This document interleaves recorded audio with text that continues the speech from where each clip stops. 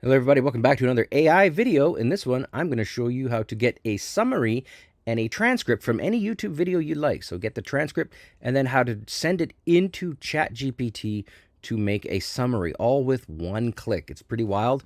And you can, again, use this for either your own videos or maybe there's educational videos that you want to learn from and you don't have time to listen to like 2 hours of talking. You want the highlights. Easy to do. All you need to do is install an app from the Chrome store called Glasp.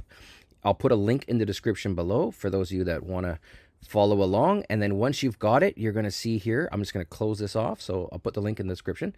You'll see right here at the top right, there's something called Glasp, Social Web Highlight and YouTube Summary.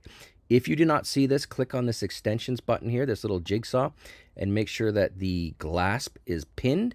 And if you don't see it here, click on Manage Extensions like I just did there, and then make sure that the toggle is on so that it is up and running.